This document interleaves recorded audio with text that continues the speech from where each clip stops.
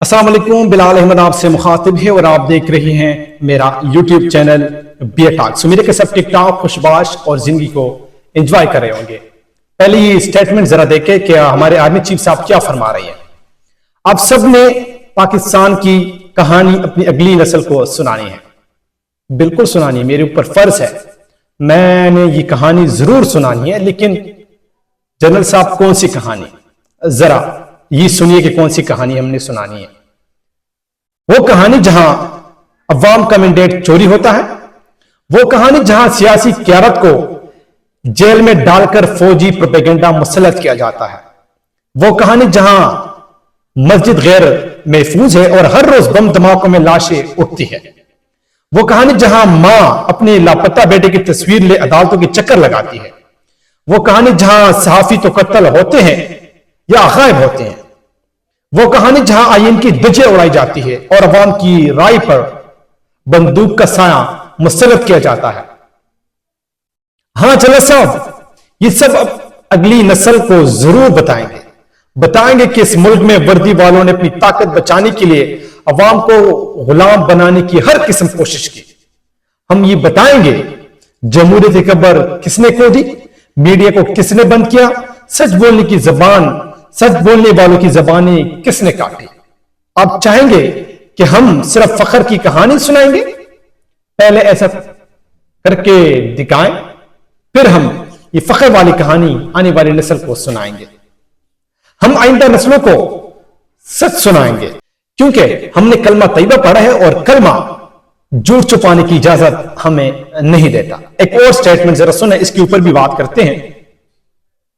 انسانیت کی تاریخ میں دو ریاستیں ہیں جو کلمہ کی بنیاد پر بنی ہیں، ایک ریاست طیبہ اور دوسری پاکستان ہے۔ زبردست! کیا واقعی ریاست طیبہ جیسی ہے، یا پھر یہ صرف ایک جذباتی دعویٰ ہے، حقیقت سے کوئی تعلق نہیں؟ روز مسجدوں میں دھماکے ہو رہی ہیں، نمازی شہید ہو رہی ہیں، بچے عورتیں بزرگ کوئی بھی محفوظ نہیں، لوگ اغوا ہو رہے ہیں، لاپتہ ہو رہے ہیں، صحافیوں کو اٹھا لیا جاتا ہے، سیاسی مخالفین کو غدار، دہشت گرد اور فتنہ قرار دیا جاتا ہے۔ ملک میں عدل نہیں، انصاف بکتا ہے، زبان بند ہے، خوف کا راج ہے، تو پھر کیسی یہ ریاست طیبہ ہے؟ کیا ریاست مدینہ میں حکمران عوام کی مینڈیٹ پر ڈاکہ ڈالتے تھے؟ کیا وہاں کلمہ صرف نعرے کے لیے استعمال ہوتا تھا یا عمل کے لیے؟ ریاست طیبہ رحم، عدل اور احتساب کی علامت تھی، اور یہاں ریاست کے نام پر ظلم، خوف اور طاقت کی سیاست ہے۔ جنرل صاحب، ریاست طیبہ کی نسبت لینا اتنا آسان نہیں۔ پہلے اپنے گریبان میں جھانکیں، کلمہ کے نام پر بننے والی ریاست میں اگر کلمہ گو ہی محفوظ نہیں تو پھر یہ دعویٰ فریب ہے، حقیقت نہیں۔ جنرل صاحب، یہ ہماری ذمہ داری ہے، ہمارے اوپر فرض ہے، صرف میں نہیں، سب نے یہ کہانی آنے والی نسل کو سنانی ہے، سچ بتانی ہے، کیونکہ ہمارے اوپر یہ فرض ہے اور ہم حقیقت بتائیں گے۔ آپ نے بہت زبردست بات کہی ہے کہ ہم نے آنے والی نسل کو یہ کہانی سنانی ہے، ہم نے پوری 76 سال کی کہانی سنانی ہے کہ بھٹو کے دور میں بنگلہ دیش کے ساتھ کیا ظلم ہوا۔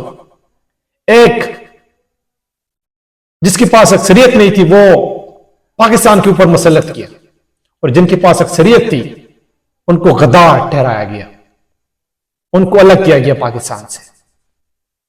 اور بہت ساری کہانیاں جو ہم نے سنانی ہے، آنے والی نسل کو ہم نے سچ بتانا ہے، حقیقت بتانا ہے، یہ ہمارے اوپر فرض ہے، اور ہم یہ حقیقت اور آپ نے جو یہ کہا ہے کہ سنانی ہے تو ضرور ہم نے یہ کہانی سنانی ہے، وعدہ ہے آپ کے ساتھ۔